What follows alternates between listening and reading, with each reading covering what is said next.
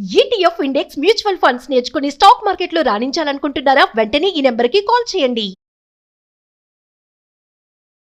నమస్తే రమ్మగారు. నమస్తే జయ. రమ్మగారు, చందమామ కథ ఒకటి చెప్తారా? చెప్తాను జయ. పూర్వమట ఈ సహ్యాద్రి పర్వతాలు అవి కొండలు ఉన్నాయి కదా, అక్కడ కొంతమంది రాక్షసులు ఉండేవాళ్ళట. అయితే వీళ్ళు ఈ రాక్షసులు చాలా మంది ఉండేవాళ్ళు. క్రమంగా అటటటట పోయారు. వాళ్ళు కూడా తగ్గిపోయారు. మరి రావణాసురుడి తర్వాత అందరు తగ్గిపోలా. అవునవును. క్రమంగా ఈ మన చూడు రావణాసురుడి తర్వాత అంటే త్రేతాయుగం తర్వాత ద్వాపరయుగంలో రాక్షసుల గుంపు ఎంత? చిన్న గుంపే. అవునవును, చిన్న గుంపే. ఈ కంసుడి దగ్గర కొంత గుంపంతా పోయింది. తర్వాత ఇంకా హిడింబాసురుడు, అలంబాసురుడు అలాంటి వాళ్ళు ఇద్దరు ముగ్గురు మిగిలారు. హిడింబాసురుడి చెల్లెలే హిడింబ, ఆవిడ కొడుకే ఘటోత్కచుడు. అంతేగా కొద్ది కొద్దిగా ఉన్నారు. ఘటోత్కచుడిని మనం రాక్షసుల లెక్కలో వేసుకోవాలి. రాక్షసుడే, తల్లి రాక్షసి కదా. అంతేనా? ఆయన పూర్తిగా మనిషి లక్షణాలు లేవుగా హిడింబ ఘటోత్కచుడికి. మనకి మన మాయాబజార్ సినిమా వల్ల ఘటోత్కచుడు మన జిగిరి దోస్తగా కనపడతాడు. హీరో అయిపోయాడు మనకి జిగిరి దోస్తే గానీ రాక్షస మాయలు అవి ఉన్నాయి అతనికి.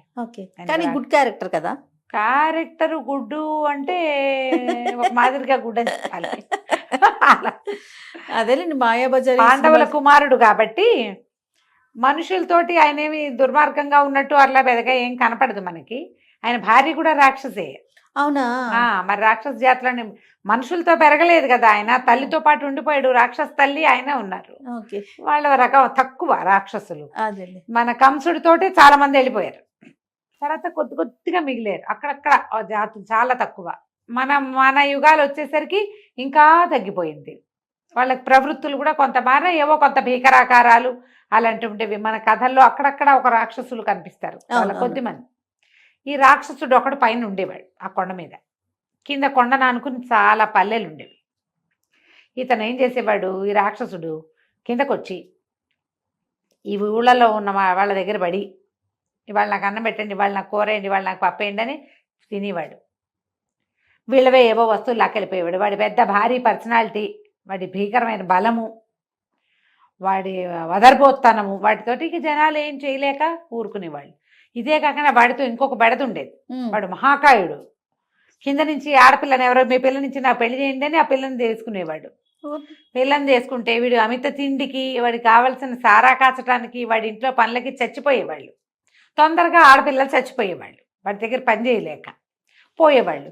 మళ్ళీ ఊళ్ళోకి వచ్చి నాకు పిల్లని ఇవ్వండో అని వెతుకుని ఇవ్వాల్సిందేనని భయపెట్టి బెదిరించి భంగపడి ఎటగొట్ట ఒక పిల్లని లాక్కుపోయి పెళ్లి చేసుకునేవాడు. కొన్నాళ్ళు ఉండేది. తర్వాత మీ పిల్ల చచ్చిపోయింది అనేవాడు. మళ్ళీ ఇంకో పిల్ల కోసం వచ్చేవాడు. అయితే ఏమైందట, ఆ రాక్షసుడికి 24 మంది భార్యలు గతహ పోయారు. ఆయన ఖాళీగా ఉన్నాడు. ఇప్పుడు ఇంట్లో పనులు అవి చేసుకోలేకపోతున్నాడు, వంట వండుకోలేకపోతున్నాడు. ఆయనకి పొలాలు, తోటలు, దొడ్లు అవి ఇవి ఉంటాయి. కొన్ని పాలిచ్చేవి జంతువులు ఉంటాయి, మేకలు అవి. మరి మాంసాహారం కోసం వాటిని పోషించాలి, అవన్నీ తోలాలి, సర్దాలు, చెయ్యొద్దు పని. మరి ఎంత పని ఇది. రాక్షసుడికి ఆకారం ఉంది కానీ మాయలు గట్రా లేవు పాపం. సరే అందుకని ఊరి మీద పడ్డాడు. ఊరి మీద పడి కిందకు వచ్చేసరికి అలా కింద ఒక పొలంలో పనిచేస్తున్న ఒక బక రైతుని చూసి, నీకు ఎంతమందో పిల్లలు అని అడిగాడు. ఓ కూతురండి అని. అయితే మీ పిల్లని మాకిచ్చి పెళ్లి చేయి అనగానే హడిలిపోయాడు బక్క రైతు. అయ్యి బాబోయ్, మా పిల్ల ఎంత పిల్ల, వీడికిస్తే ఇంకేమైనా ఉందా, రేపు వస్తాను మీ ఇంటికి భోజనానికి అన్నాడు. ఏం చేస్తాడు, భోజనం అయితే ఏదో చచ్చి చెడి పెడతారు, పిల్లనివ్వమంటే ఈయన వాళ్ళ ఏడ్చుకుంటూ ఇంటికి వెళ్ళాడు. పిల్ల ఏదో పాలు పితుకుతోంది.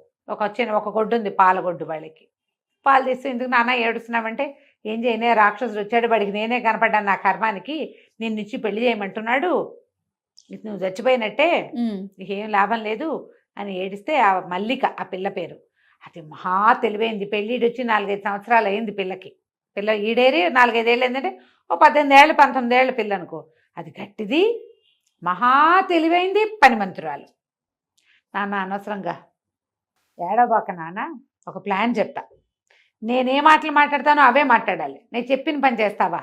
తండ్రి పిల్ల తెలివితేటల మీద చాలా నమ్మకం ఆయనకి. అంతకుముందు గొడ్డు గోదా కూడా లేదు. ఇప్పుడు పాలగొడ్డు ఉంది, ఒక 2 మేకలు ఉన్నాయి వాళ్ళకి, ఓ 25-30 కోళ్ళు ఉన్నాయి. అన్నిటి గుడ్లు పెడితే చక్కగా పావలా దాచిపెడుతుంది. అది శ్రద్ధ మగైన పిల్ల. సరేనన్నాడు. అయితే ఏం చెప్పిన ప్రకారం సరే ఏం చేశారు, ఈయన పోయి వంట కుందేళ్ళు, వంట వండుకునేందుకు బలిసిన కుందేళ్ళని కొనుక్కొచ్చాడు. బోళ్ళు ఖర్చు పెట్టాడు బాగా. కుందేళ్ళు పిల్ల చక్కగా కుందేళ్ళని బ్రహ్మాండంగా మసాలా గిసాలా దట్టించి ఇగురు చేసింది. పెద్ద అండా నిండా కూర చేసింది. అక్కడి నుంచి మంచి రుచికరమైన సారా ఒకటి కొనుక్కొచ్చారు పళ్ళతోటి. ఓ పేపాడు అది. చుట్టుపక్కల అందరిళ్ళకి వెళ్ళి వాళ్ళు నేసిన బట్టలు, వాళ్ళు బట్టలు నేసేవాళ్ళు, నేసిన బట్టలన్నీ పట్టుకొచ్చి మళ్ళా రేపు సాయంత్రం ఇచ్చేస్తా, 2 రోజుల్లో ఇస్తాను అని చెప్పి వాళ్ళు నేసిన బట్టలన్నీ పట్టుకొచ్చి ఇంట్లో పెట్టింది. మర్నాడు మధ్యాహ్నం అయ్యేసరికల్లా రాక్షసుడు ధనామని శబ్దం చేసుకుంటూ భోజనానికి వచ్చాడు. పిల్లని చూశాడు. పిల్ల ఎత్తరిగా బాగానే ఉంది, పనిమంతురాలే ఉంది, ఇల్లు వాకిలి శుభ్రంగా ఉన్నాయి. కూర్చోండి భోజనం చేద్దురు కానీ అన్నది. ఆయన కూర్చున్నాడు. కూర్చుంటే పెద్ద అండా నిండా కూర పెట్టింది. అక్కడ కూర చూశాడు. పక్కనక సారా పీప ఉంది, బట్టలన్నీ పేర్చున్నాయి. ఆ పిల్ల ఎట్లా పెట్టిందంటే భోజనాలు చేసే గదిలో ఓ పక్కంతా లైన్గా బట్టలు పేర్చి పెట్టింది, ఎత్తుగా ఒకదాని మీద ఒకటి. నేసిన బట్టలు ఏం చేస్తారు, ఇట్లా ఇట్లా మూర కొలతలతోటి మడుస్తారా, అవి ఇంత ఎత్తు వస్తాయి కదా, అట్లాంటి ఒక్కొక్కటి 10 చొప్పున 10 10లో 14 10లో పెట్టింది. అన్నీ మంచి మంచి బట్టలు రంగులవి. సరే భోజనాన్ని కూర్చుని కూర ఒకటి ముక్క నోట్లో వేసుకుని, ఈ కూరకు మీకు చాలా ఖర్చు అయి ఉండాలి, నేను తిండి పుష్టి గలవాడిని, కొంచెం నాకు తిండి జాస్తే పుష్టి అయిన వాడిని, కూర కూడా మంచి రుచిగా ఉందంటే, ఏం ఖర్చులేండి, అంత పెద్ద ఖర్చు ఏం కాదు, ఎలకలు లేవు అన్నది. అనగానే ఇంకో ముక్క నోటు వేసుకుని, ఏమిటిది ఎలకలతోటి ఉండేవా అన్నాడు. అవునండి, ఈ దొడ్డంతా ఎలకలే, ఎలకలుంటే ఏముంది, ఓ 25 పట్టేమంటే కూర, ఏం ఖర్చు, దీని పెద్ద ఖర్చు ఏం లేదు. అంతగా తక్కువైంది అనుకోండి, ఓ చారెడు శనగపిండి వేస్తాం అంతేగా అన్నది. ఇంకో 2-3 ముక్కలు తీసి నోట్లో వేసుకున్నాడు. శనగపిండి వేసినట్లేదు, మృదువుగా ఉంది కూర. ఎంత బాగుందో, ఎలుకలతోటే ఇంత రుచి అయిన కూర, భలే బాగా ఉండేవే అన్నాడు. అక్కడి నుంచి ఏం చేశాడు, ఆ సారా పీప ఊహించద్దు నువ్వు, ఆ రుచిని ఊహించద్దు. అక్కడి నుంచి ఆ సారా పీప ఎంత పెట్టింది, ఇంత పీప ఒకటి పెట్టింది, ఒక 10 లీటర్లది. అందులోంచి ఒక లోటాడు సారా తీసుకుని అటు నోట్లో పోసుకుని, ఆహాహా చాలా బాగుంది, ఈ సారాకైనా మీకు చాలా ఖర్చు అయ్యి ఉండాలన్నాడు. అనేసరికి ఈయన అన్నాడు, పిల్ల తండ్రి మల్లిక వాళ్ళ నాన్న, ఖర్చుదేముందండి, సారాకేమవుతుంది, కుళ్ళిన పళ్ళన్నీ కుళ్ళితే వాటిని సారాగా చేస్తాం. ఏమిటి, కుళ్ళిన పళ్ళతో ఇంత రుచికరమైన సారా వస్తుంది, సారాలు ఎలా వస్తాయి, మంచి ద్రాక్షాసవము, అవి ఫ్రెష్ పండుతోటి అద్భుతమైన రుచి వస్తుంది. లేకపోతే ఏదో కుళ్ళు మళ్ళు వాసన వస్తూ ఉంటుంది, మత్తు కావటం కోసం తాగుతారు కానీ రుచి కాదు అందులో ప్రాధాన్యం. టేస్టీగా ఉండాలంటే ఫ్రెష్ ఫ్రూట్ తోటే చెయ్యాలి. ఇంకో 2 లోటాలు తాగి, ఆహాహా ఎంత బాగుంది, కుళ్ళిన పళ్ళతోటేనా అన్నాడు. అన్నాక అటు ఇటు చూసి, నీకు ఇంకేమైనా పనులు వచ్చా అంటే, నేస్తానండి, ఇదిగో ఈ వారం అంతా నేసాను, ఇంకా వెళ్ళాలి మార్కెట్కి అంది. తీరా చూస్తే వాడికి కళ్ళు పట్టల, ఇక్కడి నుంచి అక్కడి దాకా ఉన్నాయి మొత్తం బట్టలు. దేని దుంపదేగా పిల్ల ఎంత తెలివిగా ఉంది, ఎలుకలతో ఇంత రుచికరమైన కూరండిది, కుళ్ళిన పళ్ళతోటి సారా చేసేసింది, వారానికి ఇన్ని బట్టలు నేసేసింది. అమ్మ బాబాయ్ అనుకుని, అన్నిట్లోనే నీకు అన్నీ వచ్చు, ఎంతమందో పిల్లల్ని పెళ్లి చేసుకున్నాను, ఒక తెలివి తక్కువ దానికి ఇలాంటి పనులు రాలేదు, అయ్య బాబోయ్ ఎంత బాగుందో పని, చాలా బాగుంది అన్నాడు. అనేసి సరే బయటకు వచ్చాడు. బయటకు వచ్చి, మీ పిల్లని పెళ్లి చేసుకుంటాను నేను, ఏమిస్తావు నాకు అని అడిగాడు. అడిగేసరికల్లా వాళ్ళ నాన్న మొహం చిట్లిచ్చి, మేమివ్వటం ఏంటండి, మా పిల్ల చాలా పనిమంతురాలు, మామూలు పనిమంతురాలు కాదు అది, దాన్ని కనుక ఎవరికైనా పెళ్లి చేశానంటే నాకు ఎంత నష్టం వస్తుందో, నాకు కూరల ఖర్చు, పళ్ళ ఖర్చు, సారా ఖర్చు, బట్టల ఖర్చు, అన్నీ ఖర్చులే.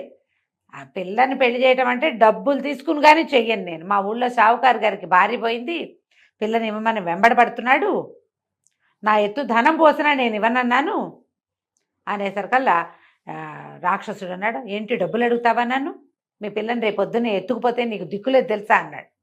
డబ్బులు ఎందుకు అడుగుతాను, నన్ను ఎట్లా అడుగుతావు, షావుకారు అంటే మనిషి కాబట్టి భయపడతాడు, నేను రాక్షసుడిని, నాకేం భయం, అవును, పిల్ల ఎత్తుకుపోతా అన్నాడు.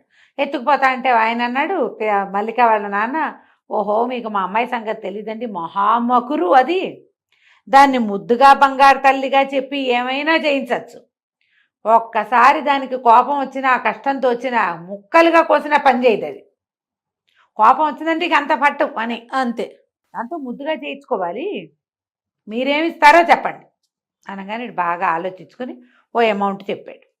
చెప్తే నేను ఒప్పుకోలే, ఆ అమౌంట్కి అయితే కుదరదండి, మా పిల్లని వారానికి ఒప్పుకోవటం ఇంటికి పంపించగలను ఆ డబ్బులకి అంతే, దాన్ని శాశ్వతంగా మీకు పెళ్ళంగా పంపించాలంటే 1 ఇంటూ వారం, అంటే 1x7 చేయాలి మీరు, అంత చేస్తే ఏమైనా చూస్తానన్నాడు.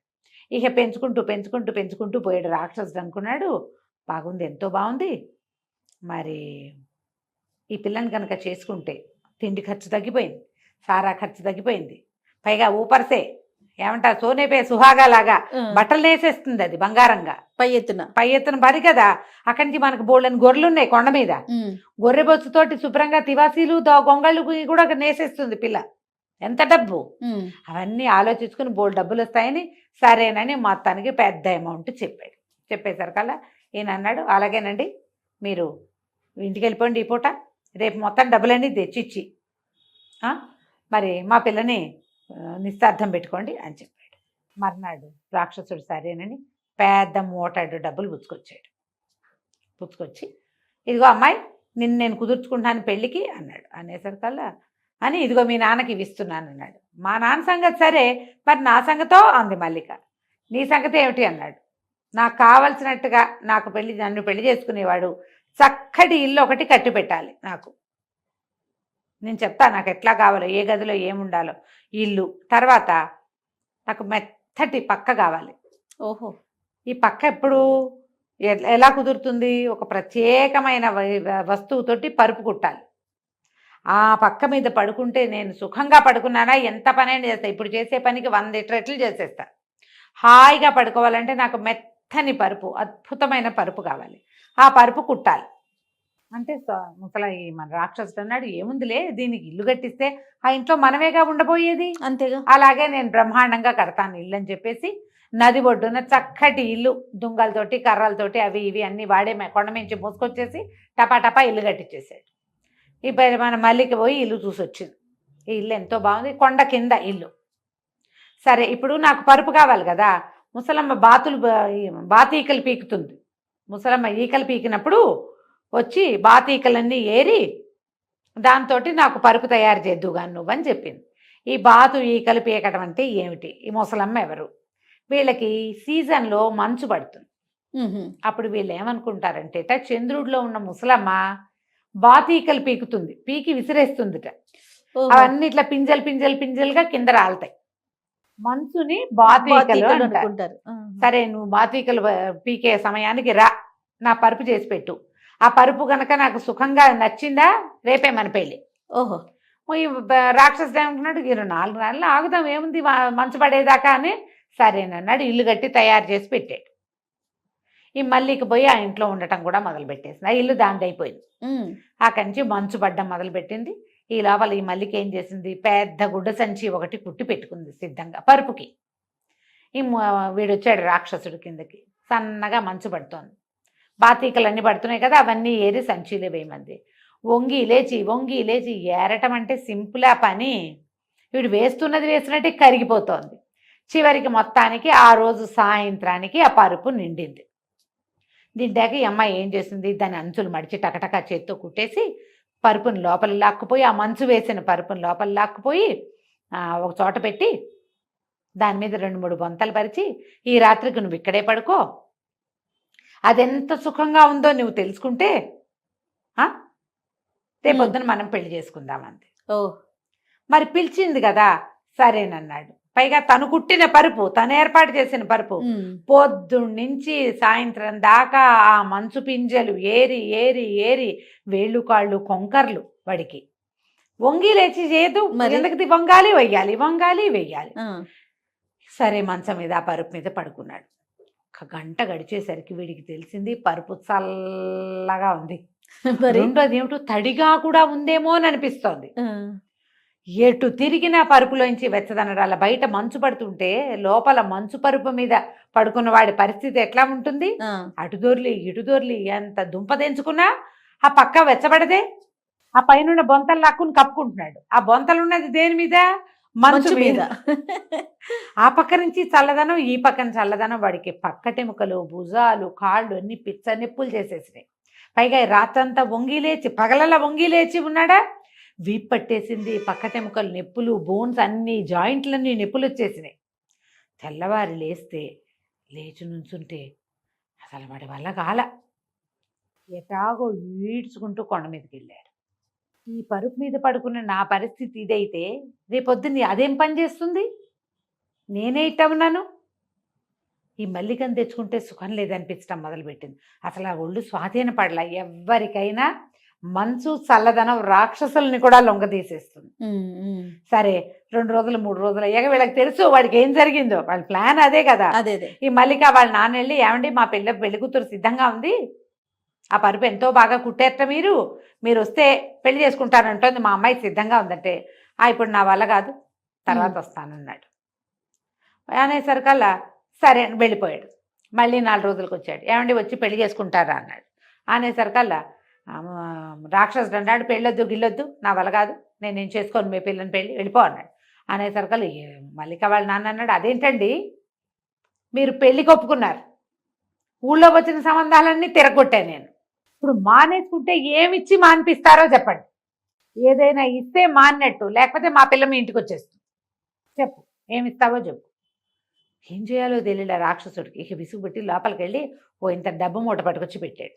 లెక్క లేదు కొలత లేదు, ఇవి పట్టుపో, మళ్ళీ నీ కిందకి రాను, నువ్వు పైకి రావద్దు, నీ పిల్ల వద్దు, నువ్వు వద్దు, నాకు శభాష్, నా వల్ల కాదు. అసలు వాడు వంగి లేవలేకపోతున్నాడు, కూర్చుంటే లేవలేడు, కాళ్ళు వేళ్ళు అన్నీ పట్టేస్తున్నాయి. 2-3 సీజన్లు గడిస్తే కానీ వాడు నార్మల్ అవ్వాల.